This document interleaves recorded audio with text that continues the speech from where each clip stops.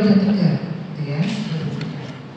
Nah, yang pertama, ini kita akan belajar dulu tentang pemeriksaannya pada anemia, ya. Anemia itu kalau berdasarkan penyebab, pasien itu kan datang ke kalian itu kan tidak dengan diagnosis, ya. Dia datang dengan gejala, gitu ya. Nah, berdasarkan penyebabnya anemia itu dibagi jadi 3, perdarahan karena peningkatan destruksi eritrosit, yaitu anemia hemolitik, dan anemia hemogrifratif karena kegagalan produksi di susun tulang, kegagalan produksi eritrosit di susun tulang, gitu ya. Penyebabnya ini semua, gitu. Jadi termasuk anemia defisiensi besi, kemudian itu adalah termasuk anemia karena kegagalan produksi susun tulang, yaitu anemia hipoproliferatif, gitu ya. Saya tidak akan membacakan semua, selain saya 73 nggak cukup waktu harus membacakan semua. Jadi saya hanya akan mengambil outline yang penting-penting dari tiap slide, ya. Nah, pemeriksaan untuk screening penyakit hematologi itu adalah pemeriksaan hematologi rutin. Kuliahnya Dr. Adi, ya. Ini adalah pemeriksaan yang terbanyak yang diminta oleh dokter, sehingga memang kalian harus betul-betul menguasai bagaimana interpretasi dari hasil lab ini, karena ini nanti akan membawa kalian ke penyakit tertentu, gitu ya. Ini sudah ada di kuliah Dr. Adi, tidak akan saya ulang. Nah, kemudian ini adalah algoritma untuk penegakan kausa anemia. Kalau ada seorang pasien datang dengan keluhan umum maupun keluhan spesifik anemia, ya, maka dari hasil pemeriksaan hematologi rutin kita, kalau MCV-nya rendah, maka yang harus dilakukan selanjutnya adalah profil besi, pemeriksaan profil besi atau RN statis, gitu ya. Kemudian saya kalau pakai kacamata susah. Kalau di sini ada yang bisa bantu menekan. Nah, di sini yang bisa menekan itu, oh bisa menekan itu.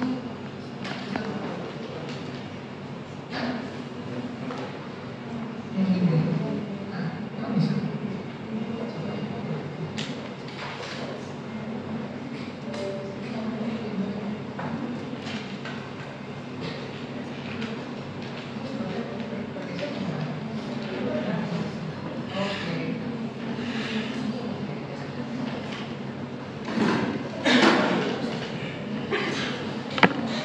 Jadi seperti ini. Kalau dari perusahaan profil besi, kalau rendah maka bukan rendah. Kalau profilnya menunjukkan profil defisiensi besi, maka diagnosis adalah defisiensi besi. Tapi kalau normal, maka dilakukan pemeriksaan yang lain, ya, untuk membedakan antara anemia penyakit kronis dan yang lain. Kemudian kalau MCV normal, maka screening selanjutnya adalah historetikulosit, kurang dari 2% hipoproliferatif, lebih dari 2% hiperproliferatif. Yang ini kemungkinannya adalah perdarahan ataupun hemolitik. Maka lanjutnya adalah pemeriksaan bilirubin total, direct dan indirect. Kalau lebih tinggi indirectnya, maka berarti anemia hemolitik. Kalau lebih tinggi kalau perbandingannya itu lebih tinggi yang direknya, berarti problemnya bukan di eritrosit tapi di hepat, gitu ya.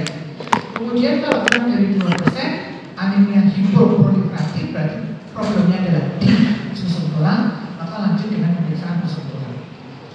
Kemudian kalau MCV-nya tinggi lebih dari 100, maka kita curiga adanya anemia makrositik, lanjut dengan pemeriksaan gambaran darah tepi. Jika kemudian terdapat gambaran megaloblastik, maka curiga adanya anemia megaloblastik karena defisiensi folat atau B12. Kemudian pemeriksaan status besi, penilaian status besi ada SI, kemudian IBC, kemudian proses saturasi transferin, dan menilai cadangan besi.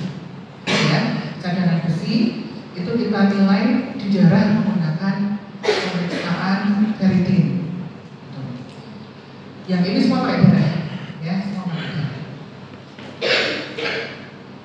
SI atau serum iron ini menggambarkan jumlah besi yang berikatan dengan transferin di sirkulasi.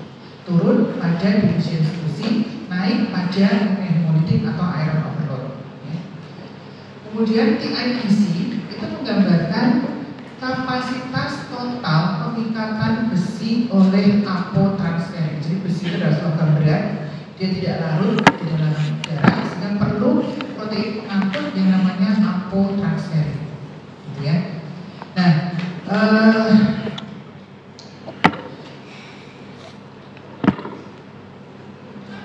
pemeriksaan. Nah, jadi dia akan meningkat pada defisiensi besi dan menurun pada kondisi inflamasi kronis, kemudian kekurangan protein ya, kekurangan protein di dalam darah. Terus yang ketiga adalah proses saturasi transferin.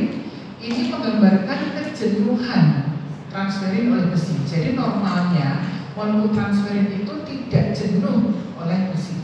Hanya 25-50% dari transferin itu terjenuhi oleh besi. Ya, jadi yang ini adalah, bayangkan ini adalah transferin.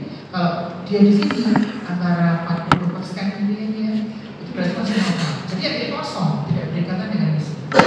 Kalau dia kurang dari 20%, maka disebut sebagai penurunan saturasi transferin. Ini pada defisiensi besi. Yang ini saturasi 60% berarti iron overload. Misalnya pada pasien-pasien thalassemia, gitu ya. Kemudian yang ini saturasi 80% juga iron overload, gitu. Ya, jadi ini cukup bagus ya untuk menggambarkan profil besi. Kemudian untuk penilaian cadangan besi itu ada cadangan besi di dalam tubuh itu bisa ada dalam dua bentuk, yaitu ferritin dan hemosiderin. Ferritin ini diperiksa di darah, sementara hemosiderin ini adalah cadangan besi di dalam jaringan, ya, sehingga sampelnya adalah jaringan. Paling sering adalah sumsum tulang. Gitu. Yang ini dia lebih ferritin itu dia penilaian cadangan besi di sirkulasi. Jadi kalau tubuh itu membutuhkan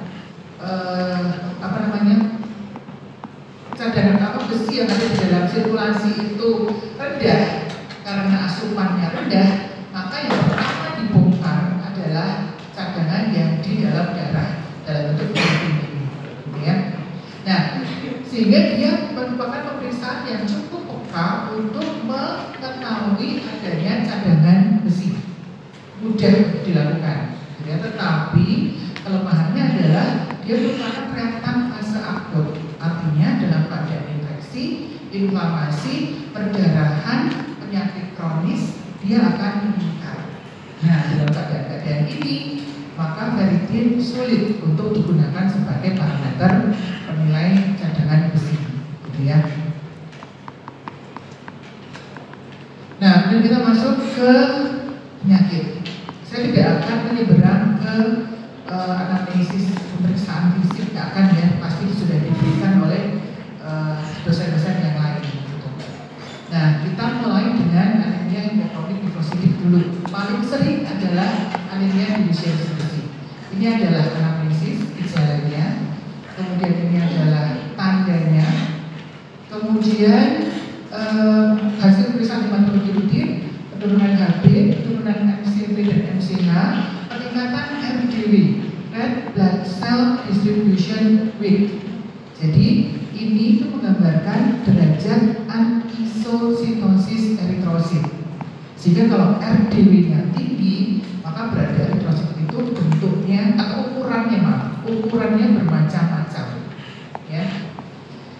Jumlah trombosit bisa normal atau meningkat. Nah, ini adalah gambaran darah tepi. Kemarin mungkin di praktikum pertama sudah ditunjukkan ya slide tentang anemia defisiensi besi.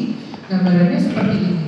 Jadi ukuran eritrosit bermacam-macam dengan adanya abnormalitas bentuk ya. Yang paling sering adalah ovalosit dan sel cerutu dan sel pensil. Kalau ada bentuk ovalosit lebih kurus sel cerutu, paling kurus langsing itu adalah sel pensil, gitu ya. Ini adalah defisiensi besi. Nah, kemudian untuk menilai profil besinya tadi kita memeriksa iron studies, gitu ya. Jadi berdasarkan pemeriksaan labnya, tahapan defisiensi besi itu ada 4, ya. Normal, negatif iron balance, iron deficient erythropoiesis, dan iron deficiency anemia. Yang atas ini adalah pool besi di fungsional, ya, di apa namanya? Oh, sama. Yang atas adalah cadangan, yang bawahnya adalah besi fungsional. Pool fungsional, pool cadangan. Normal, baik yang di pool fungsional maupun di cadangannya normal semua, masih penuh, ya. Kalau negatif iron balance, yang di fungsional, pool fungsional masih cukup, tetapi cadangan besi mulai turun, gitu ya. Artinya di sini yang nggak normal apa? Yang nggak normal adalah seroferritin turun, cadangan besi susun tulangnya turun, kemudian besinya mulai naik sedikit. Tapi yang lain-lain masih normal semua, HB masih normal semua, ya. Hematologi rutin masih normal semua. Kemudian yang ketiga adalah iron deficient erythropoiesis. Di sini sudah mulai kekurangan besi yang dipakai untuk erythropoiesis, besi fungsional. Jadi marker-marker untuk besi fungsional sudah berubah semua. SI-nya turun, saturasi turun, kemudian apa namanya, besi fungsional pokoknya ya, dipakai untuk apa, pembuatan hemoglobin sudah mulai turun semua. Kemudian yang tahapan yang jelas paling klinis ya adalah iron deficiency anemia. Ini HB jelas sudah turun. Ada abnormalitas morfologi eritrosit. Ini sudah di tahapan yang paling jelas ya, iron deficiency anemia. Sampai di sini defisiensi besi jelas ya pasti ya, kemarin di tutorial pasti sudah terbahas. Yang kedua ini adalah jenis anemia hemokromin nekrositik yang lain, tetapi kausanya adalah hemolitik. Talasemi disebabkan karena defek pada rantai globin, ya, rantai globin. Nah, anamnesis bisa alfa bisa beta, ya. Anamnesis seperti ini, kemudian pemeriksaan fisiknya seperti ini, kemudian dari hasil pemeriksaan hematologi rutin sama persis dengan defisiensi besi, ya.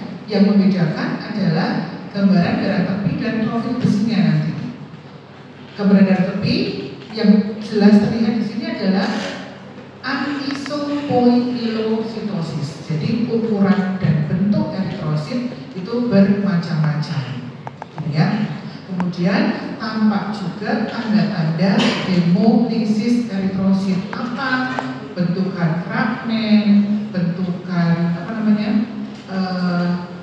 Teardrop ya seperti air mata, target ya, target yang kayak ini ya, kayak apa pemain, pasar, tidak pokoknya, ya, sel target seperti ini. Kemudian ada tanda respon sum-sum tulang terhadap hemolisis, yaitu didapatkannya makrosit, polikromasi, basofilis titik, dan nuclear red blood cell, nuclear red blood cell. Jadi eritrosit yang berinti seperti ini.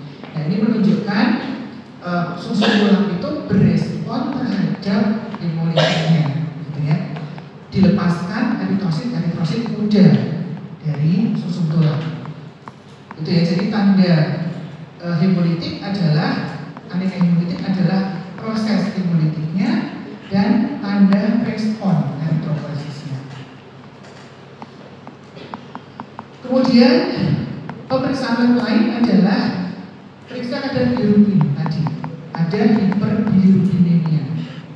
Ingat kembali bagaimana metabolisme atau degradasi dari hemoglobin menghasilkan bilirubin. Kemudian tanda peningkatan eritropoiesis kita mendapatkan retikulositosis. Ya, partikel kita sudah periksa retikulosit. Kemudian untuk diagnosisnya kita melakukan pemeriksaan namanya elektroforesis HB. Jadi HB itu nanti eritrositnya masuk ke dalam mesin, kemudian dilihat pola HB-nya. Ya, dari sini sini kita akan mendeteksi adanya perubahan proporsi HB normal atau mendeteksi adanya fraksi HB yang abnormal. Perubahan proporsi HB nanti diagnosisnya akan talasemia. Kalau kita menemukan adanya fraksi HB abnormal, maka diagnosisnya adalah hemoglobinopati. Jadi dari sini elektroforesis HB ini kita akan dapat jelas nanti diagnosisnya apa, gitu ya. Kemudian setelah pasien itu tegak diagnosis talasemia, mendapatkan treatment, biasanya kalau dia adalah talasemia familiar, ya transfusi terus-menerus ya seumur hidup, maka akan ada kecenderungan terjadinya iron overload. Besi itu akan terdeposit di semua organ, ya, dan itu nanti akan mengakibatkan kerusakan organ, baik organ endokrin, jantung, hepar, semua, gitu ya. Itu komplikasi tahap akhir dari iron overload. Gitu. Biasanya kita menggunakan ferritin, ya, parameter ferritin untuk mendeteksi iron overload ini. Nah, ini tadi adalah elektroforesis HB. Jadi dari elektroforesis HB ini kita bisa mengetahui adanya perubahan proporsi persen fraksi HB normal. Jadi misalnya HbF-nya naik, HbA2-nya naik, HbA0-nya turun, gitu ya. HbA0, HbA2, HbF itu adalah fraksi HB normal. Tetapi proporsinya bisa berubah pada keadaan talasemia, gitu ya. Jadi misalnya HbF-nya naik, HbA2-nya naik, HbA0-nya turun, maka berarti dia adalah talasemia beta. Atau dari elektroforesis HB kita juga bisa mendeteksi fraksi HB varian, misalnya HbS, HbC, HbE. Nah, ini diagnosisnya adalah hemoglobinopati. Dua-duanya bisa mengakibatkan anemia hemolitik, ya. Dan saya ini adalah contoh hasil elektroforesis HB. Jadi hasilnya bentuknya pik-pik gitu, puncak-puncak, gitu ya. Ini adalah HB elektroforesis normal, di mana HbA-nya sekitar 97%, ya, normal. HbA2-nya 2,6%. Nah, yang di sebelah kanan ini puncaknya ada di HbF di 93,7 dengan A2-nya 4,4, naik dikit. Ini naik banyak, ini naik dikit. Sehingga diagnosis pasien ini adalah beta thalassemia mayor. Ini kalau yang ini puncaknya ada di HbE 91,5%. Ini adalah suatu HbE disease, hemoglobinopati. Yang ini puncaknya ada di HbS 84,8%. Ini adalah suatu sickle cell disease. Ini juga hemoglobinopati. Ya, jadi dari sini gampang banget. Ini harganya sekitar 600.000 periksa ini. Ya, gampang ketahuan. Oke, sampai di sini ada pertanyaan. Anemia deficiency besi dan hemoglobinopati ini. Ya, kita lanjut ke anemia penyakit kronis. Ya, jadi anemia penyakit kronis ini adalah anemia yang khas terjadi pada berbagai penyakit kronis, infeksi, inflamasi, keganasan, penuaan, dan lain-lain. Gitu ya. Pemeriksaan labnya ditandai dengan anemia normokronik normositik. Gitu. Yang lain-lain itu tergantung pada penyakit yang mendasari. Nah, kita menggunakan profil besi untuk membedakan antara anemia deficiency besi dan anemia pada penyakit kronis. Di mana kalau pada anemia deficiency besi, SI-nya turun banyak. Kalau ini bisa normal, bisa turun. Ya, anemia on chronic disease.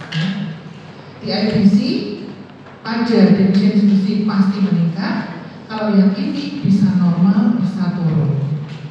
Ferritin pada deficiency besi pasti turun. Kalau pada anemia penyakit kronik normal atau meningkat karena dia reaktan fase akut tadi, ya. Dan seterusnya.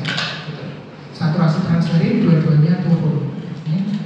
Yang bisa membedakan adalah juga ini plus STFR, serum soluble transferin receptor. Tapi ini jarang, secara klinis hampir tidak ada yang bisa melakukannya. Jadi bisa dengan yang saja. anemia of chronic disease. Yang penting adalah bagaimana membedakan dengan anemia disease. Ya. Dan lanjut, ini adalah anemia pada perdarahan. Ada perdarahan akut, ada yang kronis. Bedanya ini, gitu ya.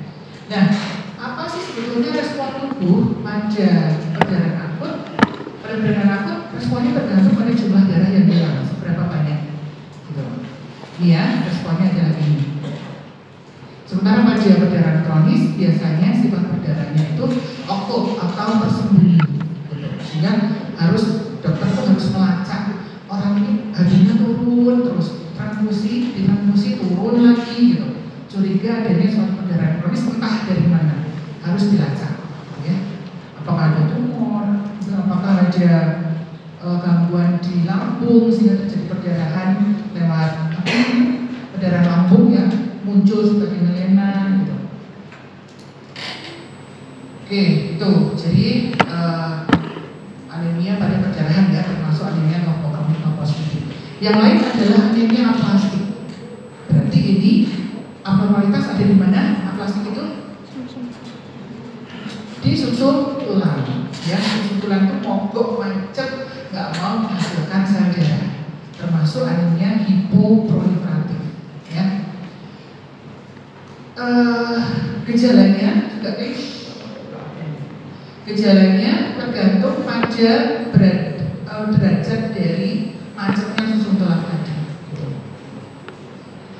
Ya, yang sering adalah bahwa anemia aplastik ini dapat merupakan suatu kondisi pre-leukemia. Makanya kalau kita dapat pasien dengan pansitopeni diduga suatu anemia aplastik, maka harus dilakukan watchful waiting, ya, diobservasi terus. Jangan-jangan suatu saat akan full blown sebagai suatu leukemia. Nah, untuk parameter labnya dari hematokrit didapatkan semua turun, HB turun, leukosit turun, trombosit turun, retikulosit juga turun karena dia termasuk hipoproliferatif anemia. Dari akusan darah terbit tidak ada yang khas selain sepi, ya, karena semua turun tadi. Susun tulang, nah penegakan diagnosis adalah dengan aspirasi susun tulang, di mana kita mendapatkan susun tulang yang selularitasnya itu sangat turun. Ini yang normal seperti ini, yang merah-merah ini adalah sel prekursor hematopoietik.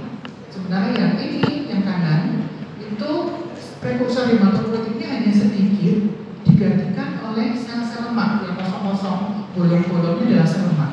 Ya, jadi yang hitam-hitam umurnya cuma sedikit dibandingkan dengan yang sini. Ini adalah susun tulang yang hiposelular pada aplastik anemia. Tuh.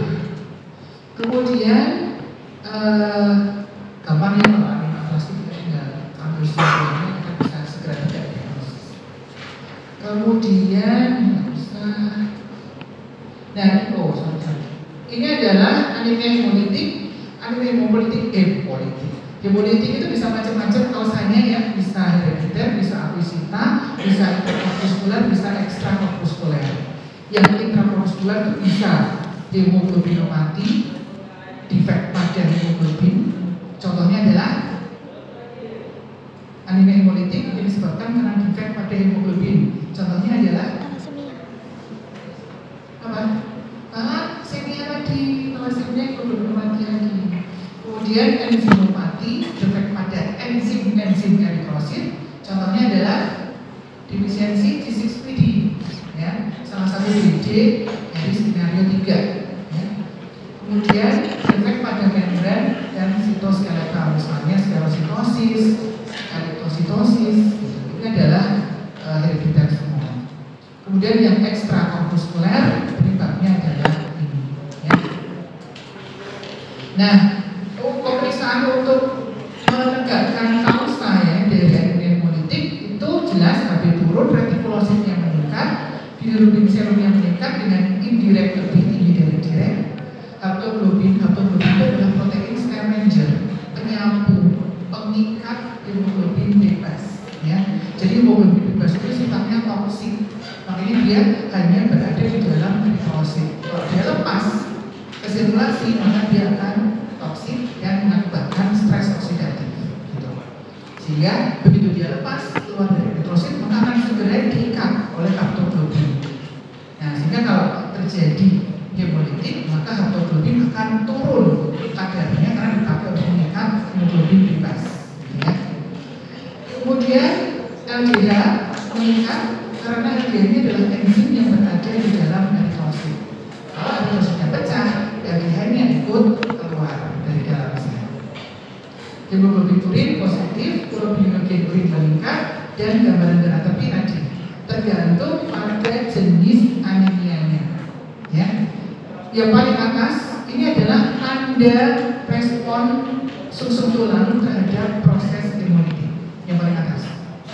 Dan di bawahnya ini adalah abnormalitas morfologi eritrosit yang membawa kita ke kausa dari hemolitik. Misalnya, kalau kita mendapatkan banyak sklerosit, maka kemungkinan besar itu adalah suatu AGHA yang tipe wall tangan.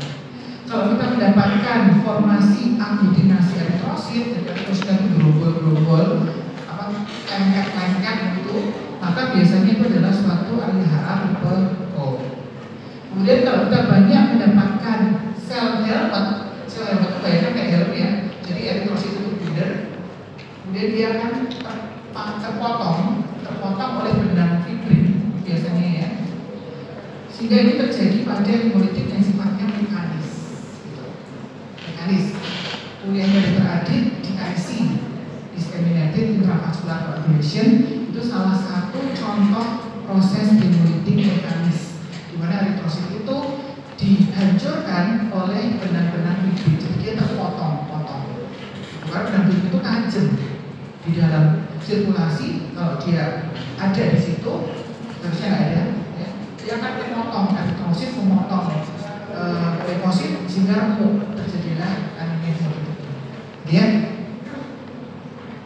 Nah, ini adalah skerositosis primer efek pada sistem sitoskeletal. Yang ini adalah enzimopati, defisiensi ya, anemia hemolitik karena enzimopati. Yang ini adalah bone type AIHA, ditandai dengan banyak sklerosit seperti ini, sklerosit kecil dan gelap warnanya. Kemudian ini adalah hemolitik uremic syndrome, ditandai dengan banyak helmet sel seperti helm eritrosit yang terpotong separuh tadi. Ini. Kemudian ini adalah phagocytosis graver sama yang sebelumnya. Dan ini defisiensi ini sama. Kemudian ini adalah AIHA. Jadi eritrositnya itu lengket-lengket gitu, gerombol-gerombol seperti ini karena proses imun.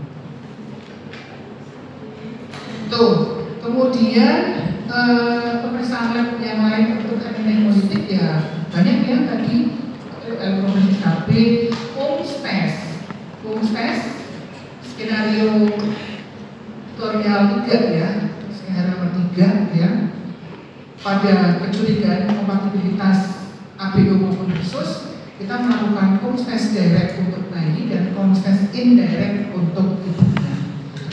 Ya, silakan. Kemudian kelanjutannya adalah anemia makrositik, berarti MCT-nya tinggi. Anemia megaloblastik, biasanya ini yang kena itu adalah orang tua atau pasien-pasien dengan misalnya kemoterapi, yang mendapatkan kemoterapi kanker dan diberikan kemoterapi. Ini berisiko terhadap terjadinya anemia megaloblastik.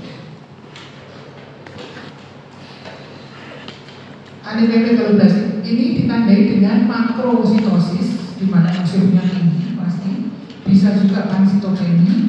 Gambaran darah tepi biasanya eritrosit itu gede-gede, banyak makrosit, banyak makroovalosit, neutrofilnya juga gede-gede dan segmennya banyak, lebih dari 5 lobus gitu ya. Neutrofil normal kan sudah praktikum leukosit belum? Sudah ya. Neutrofil normal itu segmennya paling cuma 3-5, bisa sampai banyak. Retikulosit menurun karena termasuk anemia hiperkoagulatif, sum-sum tulangnya hiperseluler, jadi selularitasnya lebih dari normal dengan gambaran dysplasia. Dysplasia itu adalah sel-sel yang morfologinya aneh atau ini adalah diagnosis pasti dengan memeriksa kadar folat dan B12 serum. Oke, sampai di sini ada pertanyaan? Anemia. Mudah-mudahan cukup jelas ya. Saya hanya mereview apa yang sudah diberikan oleh dosen-dosen yang lain. Dosen yang lain ke klinisnya, kalau ini lebih ke pemeriksaan labnya. Mudah-mudahan kalian bisa menyatukan kedua kuliah ini. Sekarang kita masuk ke gangguan kuantitatif leukosit, jumlahnya, ya. Hanya sel matur yang boleh ada di dalam sirkulasi darah tepi.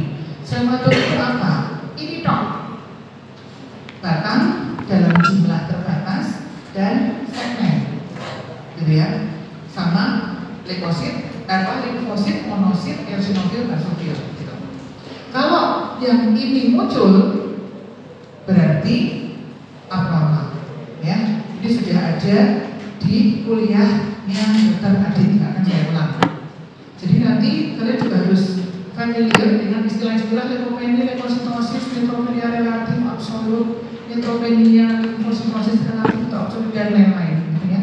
Jadi kita tidak lagi menyebut sebagai peningkatan jumlah eosinofil, ya. Kita menyebutnya sebagai eosinofilia. Anak kedokteran, meskipun kalian baru semester 4, harus sudah mulai terbiasa dengan istilah-istilah seperti ini. Karena ini nanti bentuk komunikasi kita tuh seperti ini, gitu ya.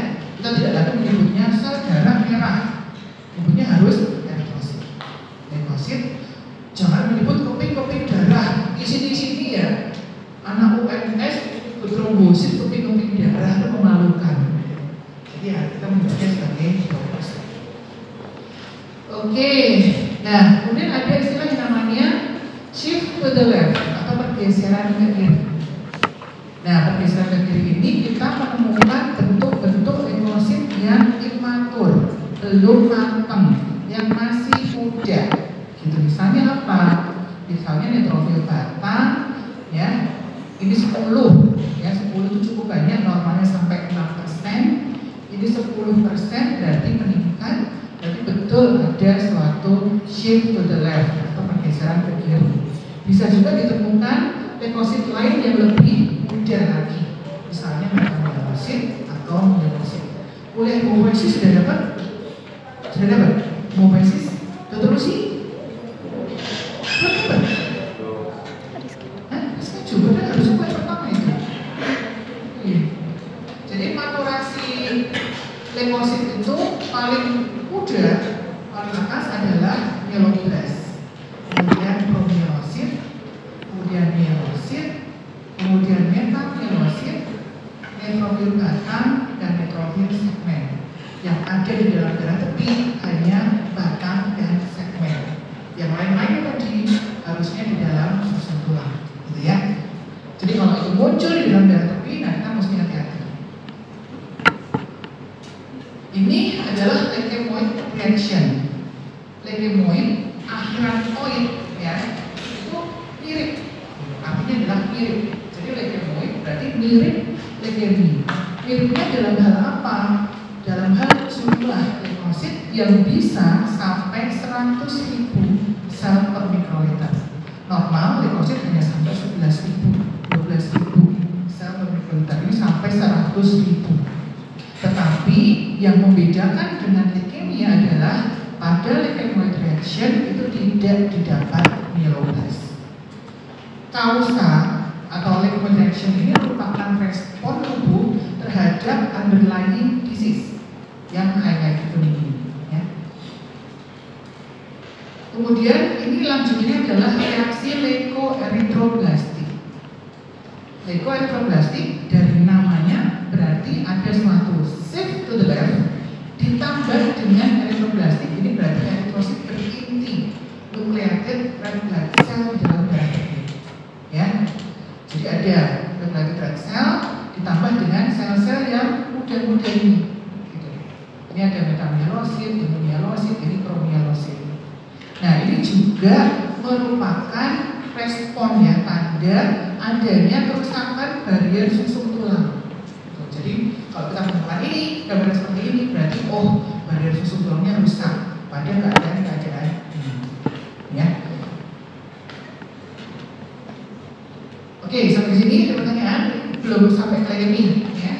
Ada pertanyaan? Ya? Kita lanjut ke leukemia. Nah, kapan kita curiga pasien itu mengalami keganasan hematologi? Ya? Ini ada anamnesis, ini ada pemeriksaan fisik. Gitu. Jadi, kapan? Misalnya ada anemia, ada kurang nafsu makan, gejala non spesifik, batuk, sakit kepala, keringat malam, tanda-tanda hipermetabolik, ya. Kemudian berat badan, demam berkepanjangan, mudah lemah, mudah lebam karena trombositopeni, pembuluh darah tulisan, rasa tidak enak atau penuh di perut karena hematomegali, splenomegali biasanya, ada besaran pijat getah bening, nyeri tulang, ada massa, tumor, ya, ada nyeri dada, kelemahan anggota gerak, gangguan saraf dan stroke. Jadi manifestasi dari keganasan hematologi itu bisa macam-macam, ya. Nih, pemeriksaan fisiknya ini.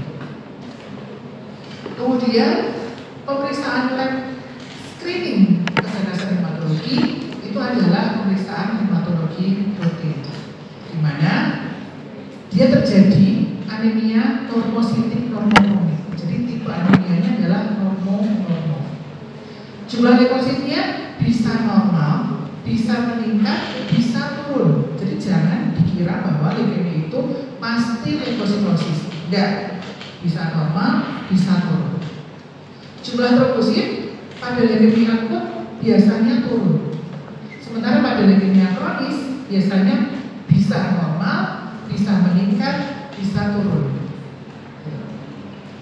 Bisa juga terjadi bisitopeni, berarti ada dua yang turun, entah anemi dan leukopeni, atau anemi dan trombositopeni, atau trombositopeni dan leukopeni. Dua yang turun atau tiga turun. Tapi bisa juga polisitemia atau panpilosis. Eritrositnya naik, eritrositosis, leukositosis, trombositosis. Gitu. Kemudian dari itu jenis leukosit, kita bisa mendapatkan adanya peningkatan ekstrim dari satu jenis leukosit. Misalnya limfositosis. Limfosit itu normalnya kalau pada orang dewasa sampai 40%. Nah ini sampai 90%. Gitu. Nah, kita curiga jangan-jangan ini adalah suatu keganasan limfoid. Basofilia normalnya hanya 0 sampai 1%. Jadi sampai 15%. Nah, kita curiga keganasan hematologi. Jadi ya, jadi ada peningkatan ekstrim dari satu jenis leukosit. Kemudian pemeriksaan lain selain gambar hematologi rutin, kita juga meminta pemeriksaan gambaran darah. Dan dari sini kita bisa secara objektif melihat adanya sel-sel yang abnormal. Misalnya sel blast, linear blast dengan awal yang merah nanti di laptop kamu pasti kelihatan ya, seperti jarum, batang seperti jarum di dalam sitoplasma leukosit. Ini adalah namanya auron. Kalau ada auron berarti pasti mieloblast. Kemudian kita juga bisa mendapatkan leukosit imatur, terlihat seluruh tahapan maturasi dari mieloblast sampai segmen tadi.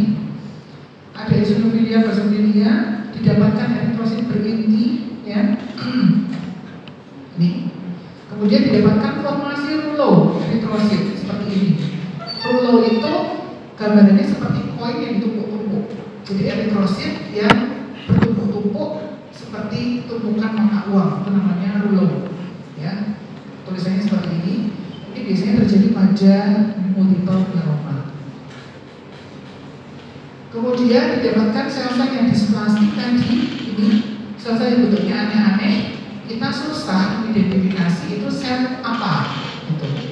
Kemudian didapatkan atypical mononuklear cell, sel-sel yang intinya satu tetapi atipik, aneh tadi, gitu ya. Kemudian limfositosis absolut dengan banyak smart cell atau sel basket yang ini. Ini limfositus semua. Ini biasanya pada CLA, nanti di belakang, ya. Nah, pada keadaan kita mencurigai keganasan hematologi, maka dilakukan aspirasi sumsum tulang.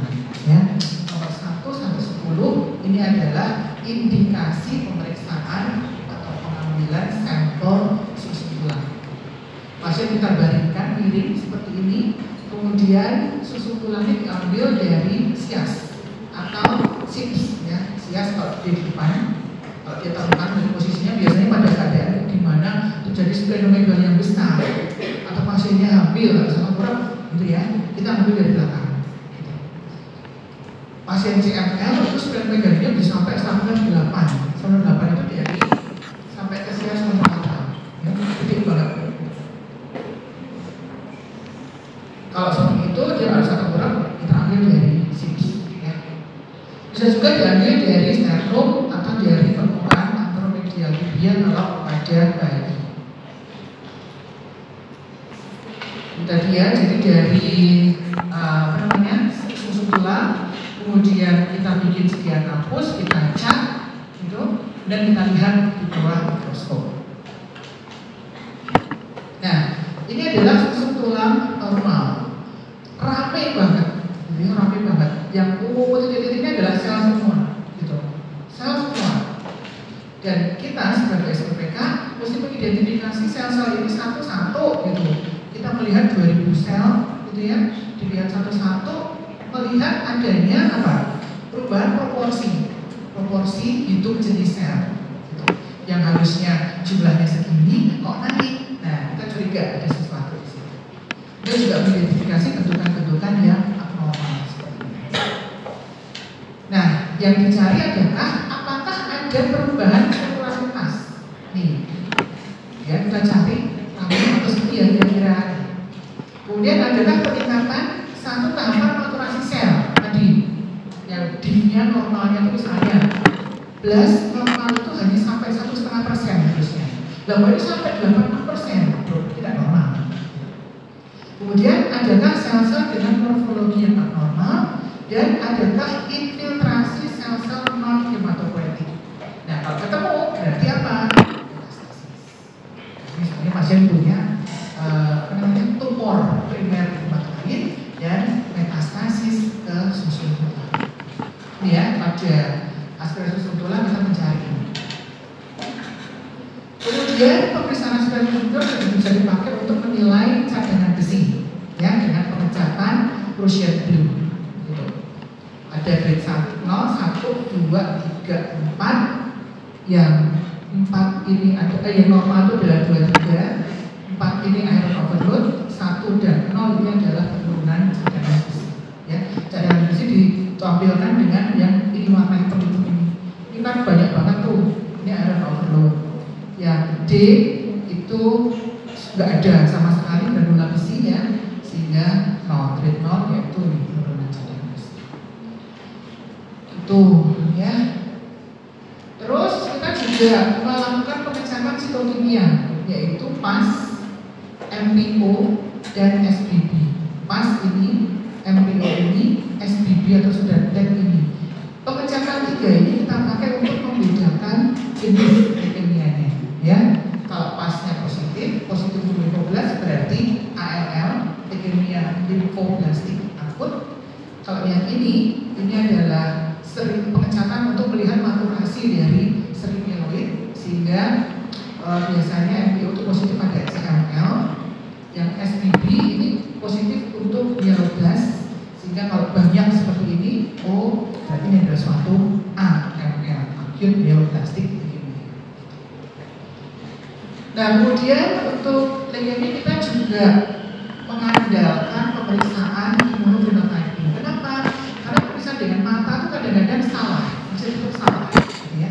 Sehingga kita sekarang mulai bergeser mengandalkan pemeriksaan immunofenotyping, yaitu prinsipnya adalah pemeriksaan untuk mengidentifikasi sel berdasarkan karakteristik antigen permukaan sel yang disebut sebagai cluster of differentiation. Jadi ini adalah marker-marker pengenal suatu sel, ya. Jadi nanti akan ada panel-panel CD, panel-panel cluster of differentiation. Gitu. Panelnya ini, gitu ya. Minimalis ini. Jadi misalnya kemarin kami curiga seorang anak ya dengan Down syndrome itu terjadi AML M7 di usia 7 bulan. Gitu. Dan dengan leukosit hampir 300.000 ya. Terus Down syndrome, kami curiga adanya suatu AML M7 dimuati panel immunofenotyping CD41, CD42, CD61 untuk AML M7 ini kami nggak punya, sehingga kami kirim ke mana rumah sakit kanker sepakat mana? Bukan saya. Lupa. Harapan. Mana sih rumah sakit 40 orang ke Jakarta dulu? Siapa yang kasih kata sini? Mana di Jakarta? Lupa. Sudah lupa. Gitu. Kita kirim ke sana dan akhirnya benar itu ada suatu AML 7. Karena dengan mata kita sulit untuk memastikan ini AML yang berapa, sementara terapinya nanti akan berbeda. Gitu ya. Jadi ini adalah pemeriksaan untuk mengidentifikasi sel berdasarkan karakteristik pengenalnya, marker-marker di permukaan sel. Gitu. Nah ini adalah hasil immunotherapy dimuati bisa, tetapi tidak untuk semua jenis leukemia. Ya. Ini hasil immunotherapy untuk marker untuk di AML lineage. Berarti ini adalah suatu kasus acute lymphoblastic leukemia. Ya. Enggak, saya hanya pilih menunjukkan aja hasilnya itu seperti ini. Gitu, ya. Oke, kemudian ini adalah perbedaan leukemia akut dan kronis. Yang pasti perbedaan ini adalah di jumlah blast di sumsum donor. Leukemia akut blastnya lebih 20%, leukemia kronis blastnya kurang dari 20%. Nah, susahnya nih kalau pas di 20% atau 19 atau 21, kita harus menghitungnya berulang-ulang sampai ribuan sel untuk bisa memastikan berapa persen sebenarnya, gitu ya.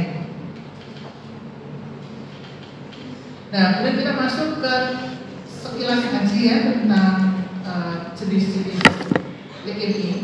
Yang pertama adalah AML dulu. AML ini tanda klinis dari berbagai jenis leukemia itu kurang lebih sama, ya, simptom and signs-nya itu kurang lebih sama, sehingga memang pemeriksaan ini menjadi andalan untuk penegakan diagnosis. Gitu. Nah, AML berarti yang pasti harus ada myeloblas lebih dari sama dengan 20%, AMR bisa positif, SBB MPO positif dengan PAS negatif. Itu adalah khas untuk AML. Ya. AML itu ada 7 varian, 8 ya. Secara morfologi ada M0 sampai M7. Yang tadi saya ceritakan pasien Down syndrome tadi adalah yang ini. Gitu. Jadi dari morfologi selnya kita curiga kok ada blast dengan body dari sitoplasma seperti ini, kayak kuping Mickey ya, seperti ini. Gitu. Nah dari sini kemudian kita kirim ke tadi masa tadi saya untuk immunofenotyping yang megakaryosit, dan ternyata betul bahwa ini adalah megakaryosit. Gitu. Sehingga tegak diagnosis AML M7. M0 undifferentiated, minimally differentiated, ini with maturation, ini promyelocytic leukemia, ini myelomonocytic leukemia, ini monocytic leukemia, erythroleukemia, dan megakaryocytic leukemia. Ini jadi macam ini sel atau komponen selnya itu berbeda-beda, obatnya berbeda, prognosisnya berbeda, ya. Kemudian ALL khasnya berarti harus ada lymphoblas lebih dari sama dengan 20%. Gitu. Nah, yang menarik pada ALL ini biasanya harus ada limfositosis absolut. Nah, kalau limfositosis absolut berarti kemungkinan bisa ada neutropenia. Nah, ini kemarin ya di kasus skenario 2 ya, pasien terjadi neutropenia berat sehingga mengalami febrile neutropenia. Secara morfologi ada 3 jenis ALL1. Soalnya itu kecil-kecil seperti matur gitu, tapi sebenarnya nggak matur. Kemudian L2 gede-gede, ya yang L3 ini ada vakuola. Vakuola itu seperti gelembung-gelembung gitu ya di dalam sitoplasmanya. Gitu. Nah, ini adalah L3. Sitokimia SPB-MIO negatif, PAS positif. Kemudian CLL, ini CLL itu sering tanpa gejala. Jadi banyak pasien saya yang terdiagnosis CLL itu saat dia MCU. Jadi MCU, hematologi rutinnya ada leukositosis dengan limfositosis absolut, ada trombositopenianya. Nah, baru kemudian dari limfadenopati di raba-raba nggak ada, tidak ada limfadenopati yang di superficial. Tapi setelah di USG ternyata limfadenopatinya ada di dalam. Ya, ada limfadenopati di mesenterika, di para-aorta, di mana mediastinum, gitu. Itu ini biasanya sering tanpa gejala ditemukan saat medical check up. Ya, hematologi rutin, leukositosis dengan limfositosis absolut, limfoblasnya kurang dari 20% dan didapatkan banyak smart cell atau sel basket. Biasanya nanti akan ada komplikasi-komplikasi tertentu yang mengarahkan ke CLL ini, gitu ya. Karena ini sering disertai dengan penyakit autoimun biasanya. Nah, ini adalah gambaran darah tepi dan sumsum tulang untuk CLL, ya. Peningkatan limfoid, limfositosis absolut, didominasi limfosit matur, banyak smart cell dengan limfoblas kurang dari 20%. Seperti ini. Ini prognosisnya paling bagus di antara yang lain, ya. Kecuali kalau terjadi komplikasi. Komplikasi ini, ya. Kemudian multiple myeloma. Nah, ini adalah keganasan yang melibatkan sel plasma. Ya. Klinisnya ada nyeri tulang, ada fraktur patologis. Fraktur patologis itu adalah patah tulang yang terjadi pada tulang yang sudah tidak normal. Sehingga dengan trauma yang ringan aja, pure remuk patah. Fraktur patologis. Ya.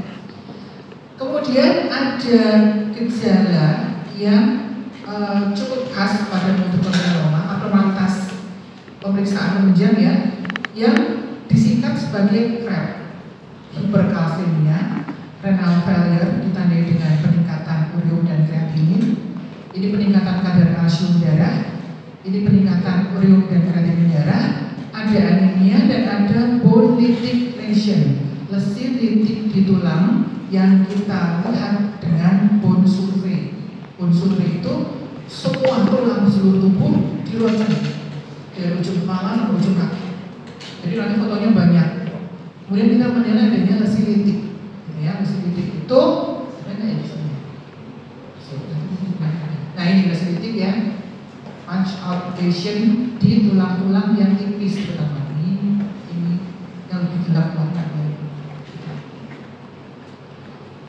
Itu ya, CRAB, hiperkalsemia, renal failure, anemia, dan bone lytic lesion. Kemudian di gambaran darah tepi tadi kita mendapatkan adanya formasi rulo eritrosit, tumpukan mata uang. Kenapa? Karena pada pasien ini tuh biasanya terjadi hipergamma-globulinemia. Jadi ada perubahan proporsi protein ya di dalam plasma dan itu akan mengganggu zeta potensial eritrosit sehingga eritrositnya saling menempel. Gitu. Terjadi bentukan seperti ini, ya. Kemudian kita bisa mendapatkan limfosit yang mirip sel plasma ataupun sel plasmanya itu sendiri. Di dalam sumsum tulang kita akan menemukan sel plasma lebih dari 10%. Sel plasma itu ya seperti telur ceplok ini. Ini banyak banget ya di sini. Ada yang intinya 2. Nah, kalau seperti ini jelas ini adalah suatu multiple myeloma. Ini pemeriksaan penunjang lainnya adalah dengan elektroforesis protein, sama seperti yang dibutuhin tadi. Kalau tadi thalassemia tadi elektroforesis AB, ini elektroforesis serum. Jadi kita ingin melihat puncak ini yang boleh kita lihat ini.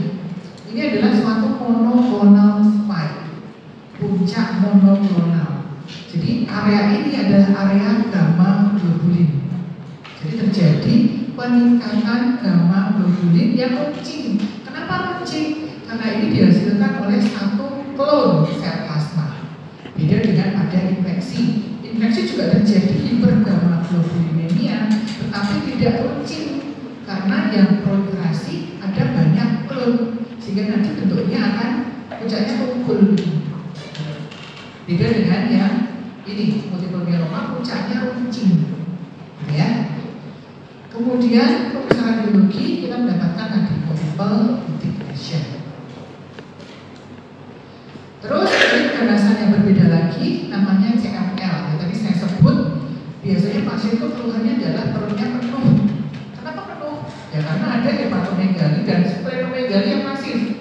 Ini pasiennya sampai standar 6. Standar berapa? Sampai separuh jalan antara umbilikus dan sias. Saya tulisan fisik. Iya. Sampai berapa? 6, ya. Standar 4 itu sampai umbilikus. Ini 6, ini 8. Kemudian yang khas adalah kita mendapatkan anemia, leukositosis dan trombositosis. Gambaran darah tepi didapatkan seluruh tahapan maturasi seri mieloid dari mieloblas sampai neutrofil segmen. Kemudian didapatkan eosinofilia dan basofilia. Sampai itu gambaran darah tepi itu sampai masa malam, ya. Tuh, itu kemungkinan arahnya ke CML. Ada 3 fase, jadi kita melakukan pemeriksaan susun tulang untuk membedakan fase-fase ini. Kenapa? Ini perlu dibedakan karena kalau yang fase kronis dia itu stabil, perjalanan penyakitnya itu stabil, indolent, tenang, dia selama beberapa tahun. Sementara kalau yang fase akselerasi ini kita mendapatkan jumlah blast antara 10 sampai 19%. Kalau ini kurang dari 5%, kurang dari 10% ya. Ini antara 10 sampai 19%.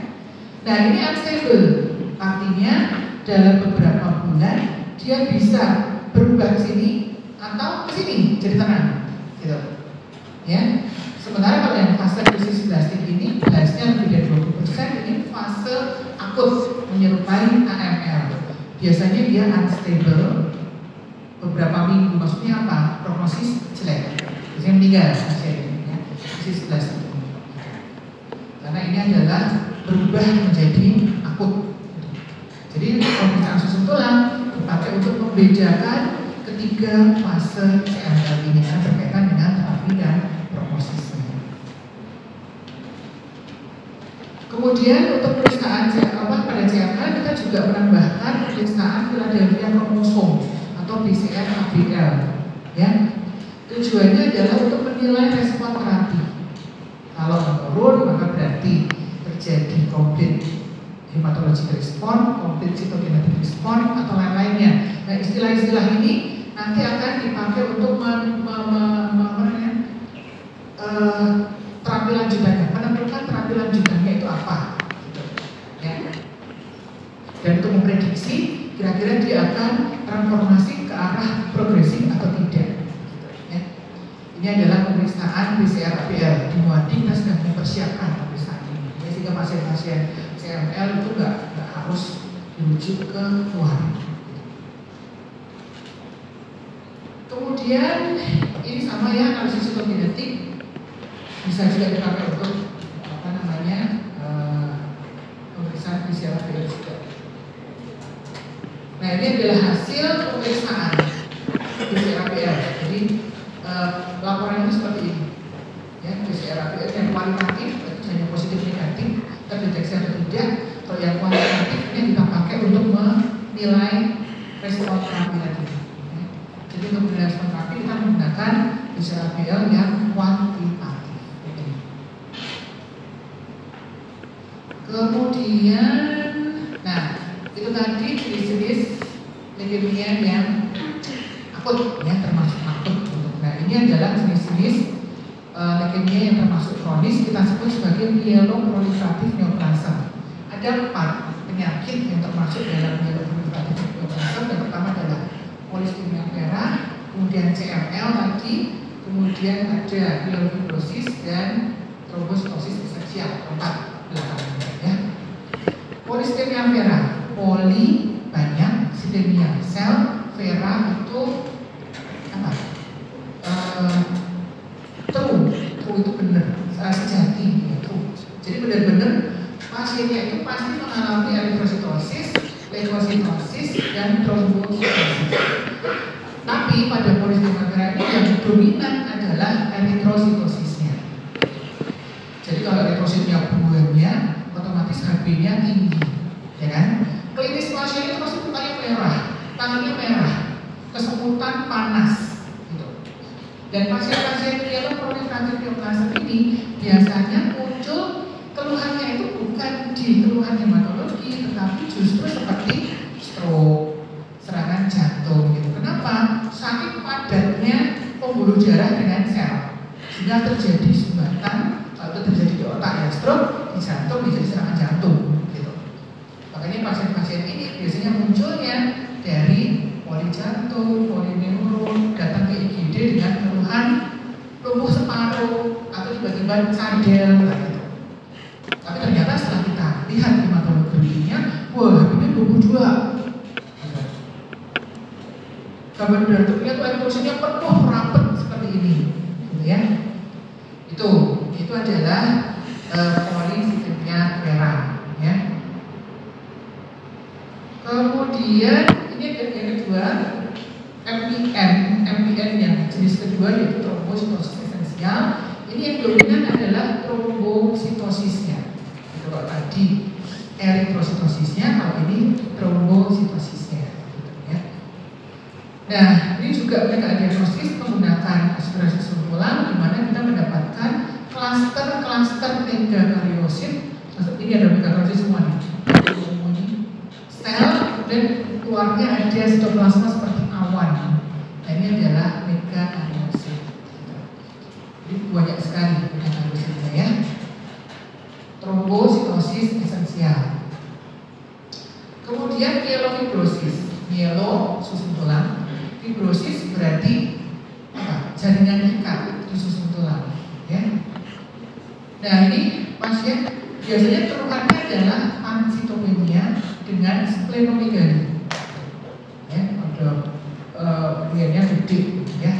Nah, ini untuk pemeriksaan diagnosis kita mengecat mengambil susun tulang, kemudian diperiksa histopatologis, di mana di sini terlihat bahwa jaringan normal susun tulang itu digantikan oleh jaringan fibrus atau jaringan ikat. Gitu. Nah, sehingga perifernya, darah perifernya tadi muncul sebagai pansitopenia, ya, tergantung pada beratnya fibrosis. Kalau sudah sangat berat ya bisa pansitopenia, tapi kalau belum terlalu berat, leukosit dan PLT-nya masih bisa normal atau meningkat, gitu ya. Nah, kemudian ini adalah life-threatening emergencies pada leukemia. Leukemia itu terdapat beberapa keadaan yang membawa kita ke kondisi emergency.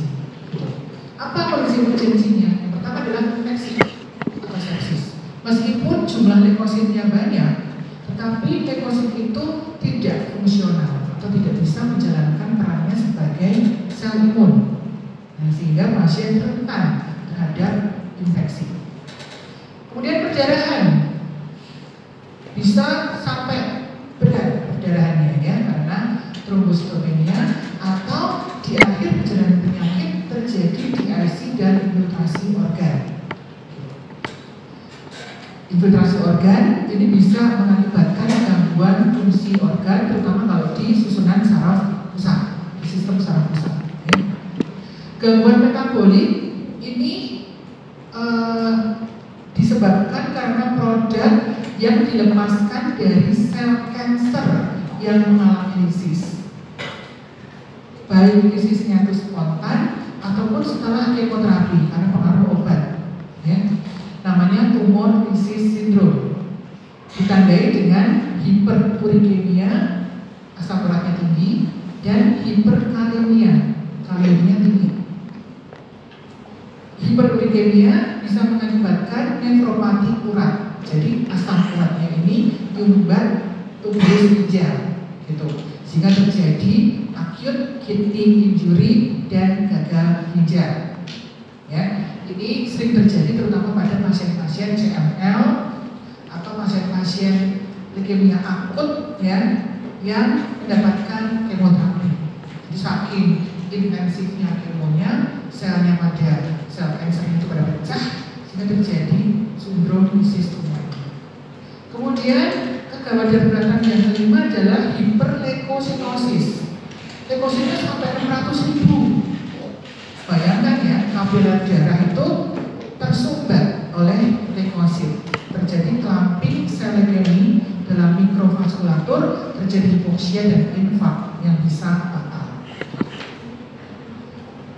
Kemudian ada banyak keadaan kelainan laboratorium yang lain pada leukemi, misalnya tadi hiperurikemia, hiperkalemia, hiperkalsemia, kalsiumnya tinggi, atau sebaliknya hipokalsemia, peningkatan LDH, tadi jelas sudah, gangguan fungsi ginjal dan gangguan koagulasi. Ini at the end of the disease course, gitu. Di akhir perjalanan penyakit. Jadi kalau pasien sudah begini, pasti awet, pasti meninggal. Oke, itu tadi leukemi ya. Nah, kemudian ada pertanyaan dulu soal di sini. Saya ingin mengulang dari penyaringan dari kuliah-kuliah yang lain. Kemudian ini adalah pemeriksaan laboratorium pada gangguan hemostasis. Ini semua adalah tes untuk men-screening gangguan hemostasis. Jumlah trombosit, jelas ya. Trombositopeni, trombositosis, dua-duanya bisa mengakibatkan perdarahan.